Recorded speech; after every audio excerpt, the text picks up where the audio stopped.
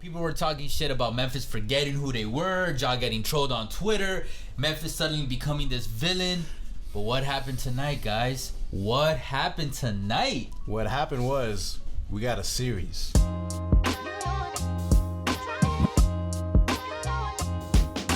And we got a series indeed. Look. You know why? Because the home team finally lost in game one. Hey, you laugh. I know, that's how you. I didn't know that's how you're gonna bring up. I mean, you hear it over and over, man. Like I think Hubie Brown, one of the analysts, he's been doing it for quite a long time. Mm-hmm. He says a series doesn't start till I could be wrong if it's actually him or not. A series does not start till the home team loses. Hey, Memphis, they lost the first game, and the series started then. I mean, yeah, it was game one. I mean, but technically, yeah, but I guess... I don't know, man. I'm trying to support what you're saying. Yeah. Now you're sounding very doubtful about the fuck shit you just said. Just cut it. No. But nah, tonight was a good game. I think everybody showed up. And I'm just a fan that Ja did what he's supposed to do as the leader, as a franchise face, as a young buck, and as a future young, like... I'm gonna say it right now, NBA legend. Damn, like that, huh? Yes, I think tonight proved, because this could have easily all that negative criticism that Memphis has been receiving, and Ja, like if you've been on Twitter the past 2 days after game one, like it's just insane the shit talking that people have been having against Memphis and Ja, and it was like for the first time I was starting to see people really hate on him. And the Grizzlies, and then I saw comments where they were like, the Memphis Grizzlies are like a hair line away from becoming a hated franchise now or something like that, because they went from this beloved underdog story, you know what I mean, to like now that they've gained that momentum, they're one of the top seeds in the NBA and in the conference, and now they have confidence. And I do feel like a lot of times, guys, there's a fine line between confidence and cockiness, and some fans like really mistaken, oh, now that they're confident, I don't like them anymore, you know what I mean? I don't support them anymore. Like, shut the fuck up. They're confident, man. Let these young players be confident in themselves and try to prove themselves. Like that, we don't get enough of that in today's NBA, I'm gonna be honest. Like this generation of fucking NBA players, bunch of fucking softies. I usually don't say that, but I don't know why I just went with the PG word. Okay, man. I'm sorry. There's not the 80s and 90s basketball where people are swinging at each other. Just No, not even that. I'm talking about like the mindset, like the Ben Simmons. Let's just term it like that. The Ben Simmons mindset. You know what I mean? Damn. And right, like, it sounds like a book. And this right now, like today's game, like I know we haven't gotten to the game itself, the plays, the shit going on court, the stats, but this is the biggest takeaway. It's like, look, Memphis and Ja pulled up and they said, back the fuck up. And they shut Minnesota down. Like, not just in basketball, but just like when someone's talking shit, you're just able to shut them up. You know, you just go, Yeah, man, they were pretty damn cold, man. And let's show you with some BTD stats time. All right, let's start off with the winners. Yes, sir. Ladies and gentlemen, Ja Morant putting up 23 points with a plus 24 on the floor, with 1 steal, 10 assists, 9 rebounds, 3 of 4 from the free throw, 2 of 4 from 3, and 9 of 16 in field goal percentage. Only 30 minutes. And I said this while we were watching the game.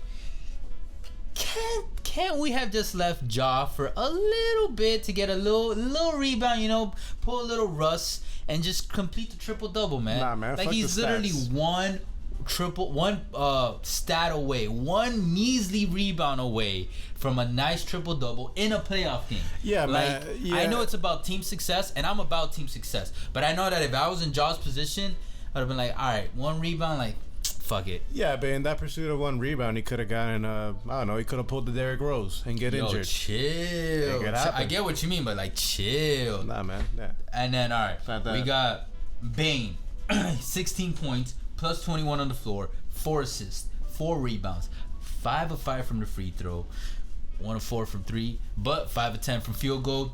And Jackson Jr., guys, Bane's got to heat it up from the 3-point line, man.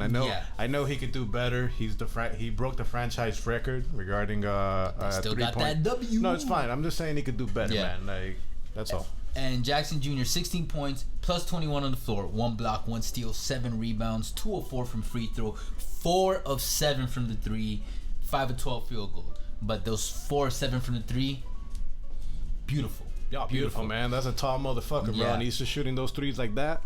And I know Steven Adams only got 3 minutes. He didn't put up shit except for 1 assist, -1 total on the floor. But if you've been watching how this series is matching up, Steven Adams is not made for this matchup. So I'm glad that the Grizzlies are adjusting, and they're like, okay, even though he's our go-to starting center, we're going to have to switch things up because it just doesn't work in this matchup. You know what I mean? Mm-hmm. And that's all cool because they got Tillman, and when you look at the bench, that man put up 13 points, 6 of 7 from the field goal, 7 rebounds, and +5 on the floor. And that's... You want to talk about the other players, or are we just moving on to the next team? I just want to point out because that's something. If you're watching this series, this is very important. How they had to switch to big man is a big part of to play against well with this team that consists of Karl Anthony Towns. I'm gonna actually that's another guy we got to talk about too. I'm gonna kind of disagree because Catman, you're gonna need some size to be able to go against that. Yeah, but Adams ain't running up the floor like that. That's why they had to. I get you. I mean, to go with the Grizzlies before we get to the Wolves, the big factor between them is obviously the starters did their thing. Ja, Bane, Jackson, but their bench showed the fuck up. They had 4 players score double digits. Yes, sir. Compared to the T-Wolves, which we're gonna get to right now. They could have done a lot better. That's right. So let's go to Minnesota. Yes, all right. Sir. Let's start with the star or the franchise face. Actually, it's arguable who's the franchise face. So, guys, who am I going to talk about? Anthony Edwards had 20 points. That man, you're on that Kool-Aid. -16 on the floor. 1 assist, 1 steal, 6 rebounds, 2 of 2 from free throw, 4 of 10 from 3, 7 of 16 from field goal with 5 turnovers. And by the way, guys, just so you guys before we get on me, like I just went with Anthony Edwards to do, the unpredictable. Clearly, Karl Anthony Towns is the face of the franchise still, at this moment in time. And he had 15 points, -21 from the floor, 11 rebounds, 1 assist, 7 and 8 from the free throws, 0-1 from 3, and 4-7 from field goals. And 5 fouls. Man, you gotta 5 turnovers. You gotta chill with the fouls, bro. Man, I know it's not easy there in the paint, but man, they're gonna need you out there, man. I know you guys won the play-in tournament game, but these are the playoffs, baby. They're gonna need your ass in the floor. And D'Angelo Russell with 11 points, -26, 1 steal, 4 assists, 2 rebounds, 3 of 4 from the free throw, but 2 of 7 from the 3 of 11 field goal percentage. He's got to step up and he's got to make those shots because I know Anthony Edwards is stealing the spotlight, bro, but. Come on, man. You still a better player than Anthony Edwards overall at this moment in time, and you got to be making those shots. And if you're not going to be making those shots, I better see those assist numbers pump up because you got to be the floor general and give your men opportunity, including Vanderbilt and even Beverley. But come on, Edwards and Towns, you got to create those open shots. Got to create those spaces. Got to find open lanes or cuts like Russell. Gotcha, you are the point guard, man. You're not a bad point guard, at least in my opinion. Like the man, he's got a solid to good pass vision and passing ability. Gotcha. Anyone you want to talk specifically here, or are we moving on and talking about? I mean, Beasley. He's usually somebody that they rely on for the bench scoring. He's kind of like the Tyler Hero for the Timberwolves. Yeah, man, he's got to do better, but. It's not all bad, man, because the series is 1-1, and the Timberwolves are going home. They are going home, and I'm going to call it right now. I think Grizzlies going to steal that game 3. Okay. They're going to steal that game 3. I think Memphis and Ja. And the reason I keep saying Memphis and Ja is because Ja's mentality is very fucking Mamba mentality. You know what I mean? Booker's got the same mentality, too. And by that, I mean, like, they hear that chatter, and sure, every player takes it as well, not every player, but a lot of players can take it as motivation. But there's a small group, a small demographic of NBA players that take that chip on their shoulder, zoom in it, and make it fucking times 1,000 than what it actually is, and use that boulder of a chip as like some fucking special juice motivation. Absolutely. And that's why I keep saying Memphis and Ja, because Ja is has that mentality from what we've seen. And I think they're gonna come out swinging in game 3. They heard all the chatter, because like after game 1, how much shit did we hear about Memphis? Because while Wolves won that game, most of what people were talking about focused on was about how Memphis just didn't seem like themselves. Have they shrunk? Are they pretenders? Are they this, that? You know what I mean? I mean, yes, to a certain point, but also a lot of people were talking about, yo, Anthony Edwards, man, coming out party. This is the next superstar coming out. I said then what was the play-in reaction? Yeah, the play-in reaction where they won. Yeah. Card over here. And so I'm thinking not only they come for game 2 after hearing that chatter, like, yo, we got to do something about this. I think they're gonna come out in game 3 and continue having that mindset. And then after game 3, I think everybody and their moms is going to agree that, like, all right, the series is over. Like Minnesota, I think Minnesota's still gonna end up having 2 games. I could still see this going to 7, but I think more likely than not it'll be 4-2. But I think after game 3, everyone's just gonna be like, okay, all right, Memphis is gonna take the series away. It'll be a good matchup, but everybody I think is gonna agree that this one is going to Memphis in the end. Got you. Kind of like the Warriors in Denver. I think we can all agree that Jokic cannot do it by himself. Draymond is a fucking bastard on defense, but that's what makes him so special.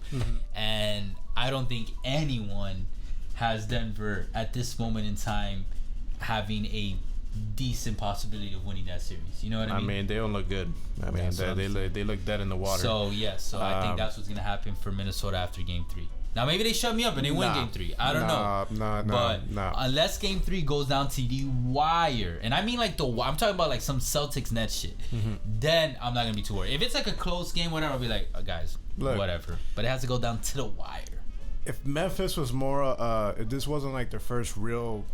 I know they made the playoffs last year. They got a cup of coffee. You're saying everything I said about the Jazz last year. I know where you're going with this. If this wasn't their first rodeo. Yeah, the Memphis, they got a cup of coffee of playoff basketball last year. This year it's like the real, like, hey, you got some like they got a tall. You got some expectations. And this year they got a venti. They got a venti. No. They got the cappuccino yesterday, or the tall. Or the short. No, the one the really tiny one, the one that you give to your cat or your dog. They got short. They got that type of shit. Like here, they're getting like a real dose. Everybody that does not go to Starbucks, like consistently, is gonna be, what the fuck are they saying? All right, I'm gonna put it in very simple terms for you. There's extra small is short, small is tall, medium is grande, and large is venti. And if you need more more context, there you go. Okay, last year's experience, they got a Happy Meal per se. This year they're getting a fucking number 1, a Big Mac. Yo, you know what I heard? You just reminded me. I actually laughed when I heard this. Colin on the Herd was like, he was talking about the Nuggets, and you know how, like we've been saying, like the Nuggets look small, or whatever, against the Warriors. They just look really bad. He's like, last night they were the McNuggets. I was like, that is so corny and tacky, but at the same time I was like, makes sense. Like small, you know what I mean? Happy Meal. And I was like, hey, man. Okay, Colin, you can pull it off.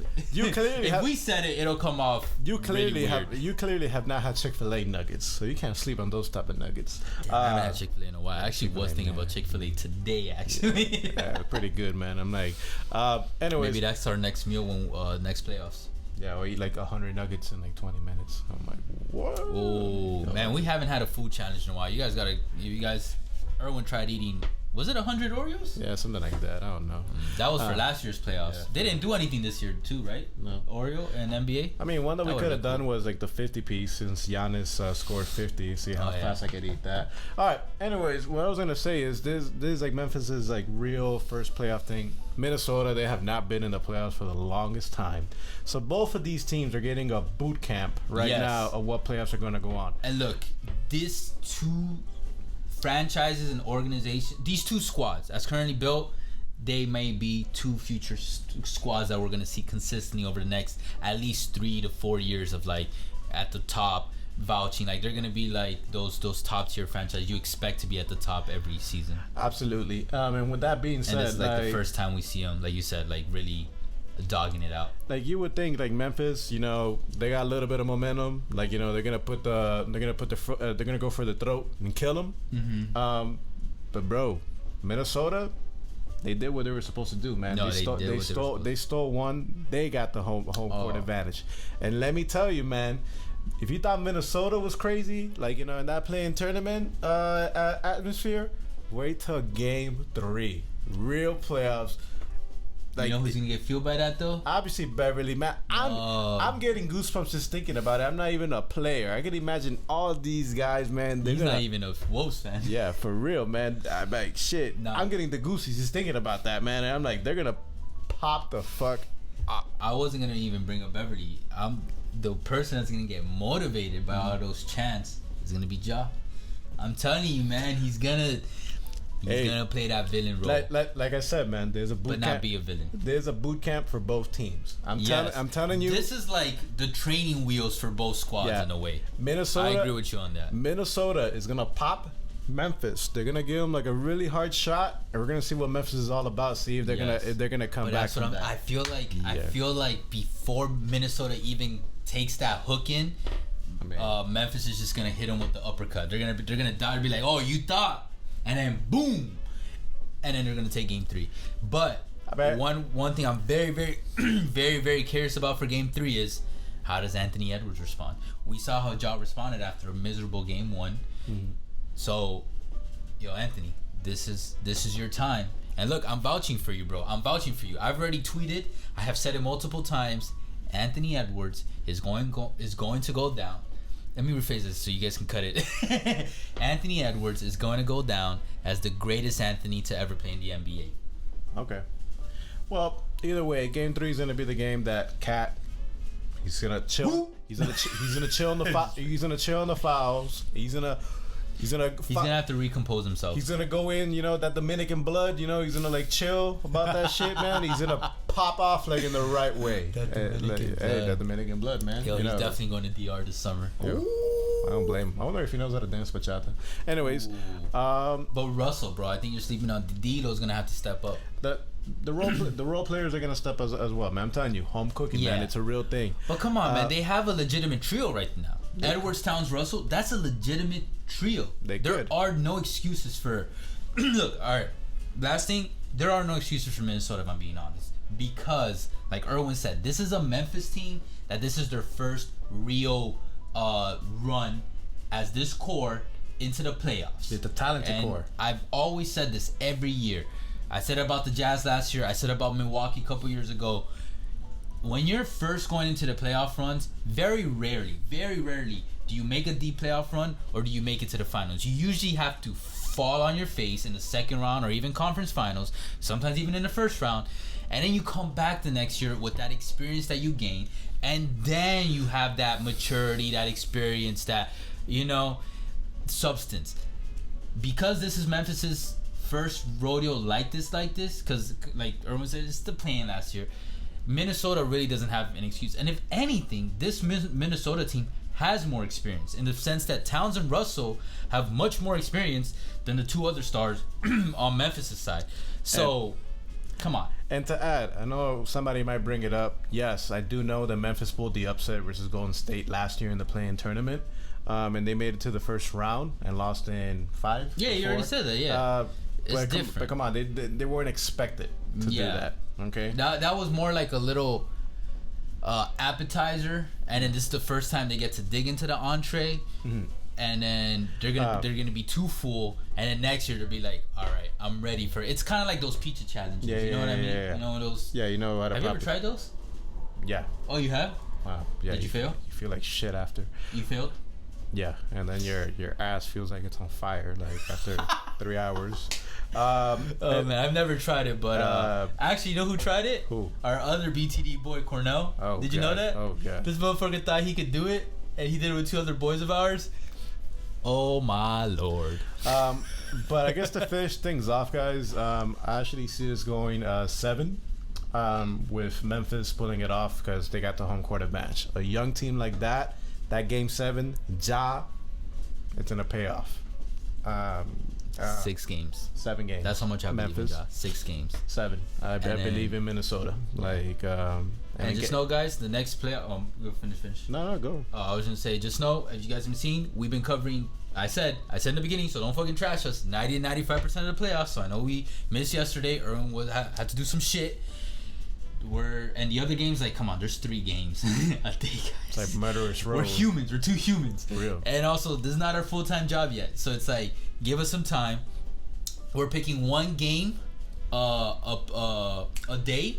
So if you guys have a specific game you guys want us to cover, leave that in the comments. I mean, if you made it this far, I'm assuming you may have a preference. So leave it in the comments. But if not, we're also, for now, we're covering each game that we have, each game of a series that we haven't covered yet. So I know next up we still got Jazz and Mavs. Jazz, Mavs. And then Phoenix and New Orleans, right? In New Orleans. And that's it, right? And Bucks and Bulls.